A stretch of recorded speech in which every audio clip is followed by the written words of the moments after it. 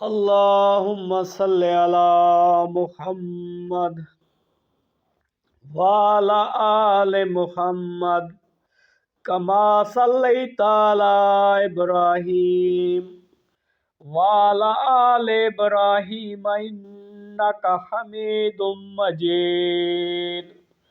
اللہم بارک علی محمد وعلی آل محمد کما بارکت علی ابراہیم وعلی آل ابراہیم انک حمید مجید۔ حضرت ابوبکر صدیق رضی اللہ تعالیٰ عنہ دی وفات دا واقعہ اج میں تواکو دل گیر واقعہ سنائیندا پیاں جو ہر عاشق رسول دے دل نو رلا کے رکھ دیندے۔ اے واقعہ حضرت ابوبکر صدیق رضی اللہ تعالیٰ عنہ دی وفات دا واقعہ ہے۔ اے او ہستی ہے جو نبی کریم صلی اللہ تعالیٰ علیہ وسلم دے بالکل زیادہ قریب ہے۔ اے سب تو پیارے دوست بھی ہیں، ساتھی بھی ہیں، دے اسلام دے پہلے خلیفان حضرت ابوبکر صدیق دی عمر خلافت دے 2 سال دے کچھ مہینے گزرے۔ اون دے آخر ایام وچ تندرستی ختم ہون لگ گئی۔ مورخین لکھ دین کہ سردی وچ نہاون دی وجہ تو حضرت ابوبکر صدیق رضی اللہ تعالیٰ عنہ کو تیز بخار آیا۔ بخار بہت شدت اختیار کریندا گیا تے جسم دن بدن کمزور تھیندا چلا گیا۔ انہاں بیماری وچ بھی امت دی فکر کیتی۔ جدو حالت نازک ہوئی تے محسوس ہویا کہ زندگی اپنے اختتام دے پہنچان والی ہے، تا آپ نے خلافت دے بعد والے بندے دا چناؤ دے بارے سوچا۔ آپ نے مشورے دے بعد حضرت عمر بن خطاب رضی اللہ تعالیٰ عنہ نو اپنا جانشین دے اگلا خلیفہ مقرر کیتا۔ آپ نے مشورہ طلب کیتا، صحابہ کرام نو بلایا تے ساریاں دی رائے لے کے آخر وچ خود ہی تحریری وصیت لکھی کہ جدو اے حضرت عمر نو خلافت سونپ دیتی گئی۔ بیماری دے دوران حضرت ابوبکر رضی اللہ تعالیٰ عنہ اکثر دعا منگدے ہیں، اے اللہ میں کو مسلمان ہو کے موت دے میں مثالے بندے چو شامل کریں۔ ان دے مرض دے دن وچ بھی رسول اللہ دے حجرے میں داخل ہوئے دعاواں کر دے رہے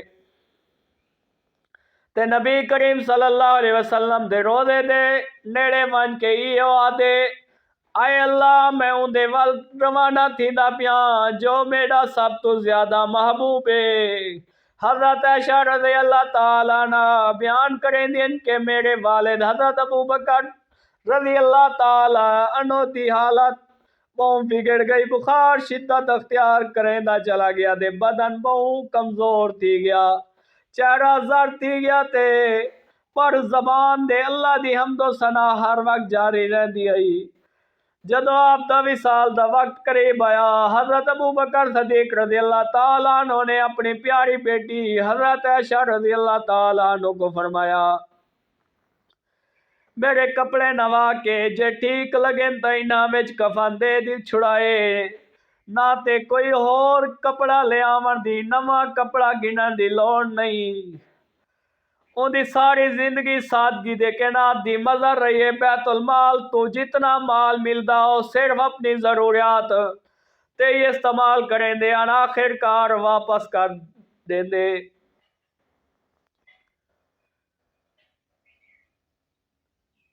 حضرت ابوبکر صدیق رضی اللہ تعالیٰ عنہ 22 جمادی الثانی 13 ہجری نو مدینہ منورہ وچ وفات پائی۔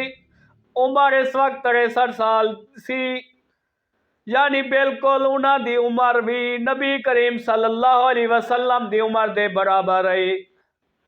آپ دی وصیت سی کہ انہاں نو نبی کریم صلی اللہ علیہ وسلم دے روزے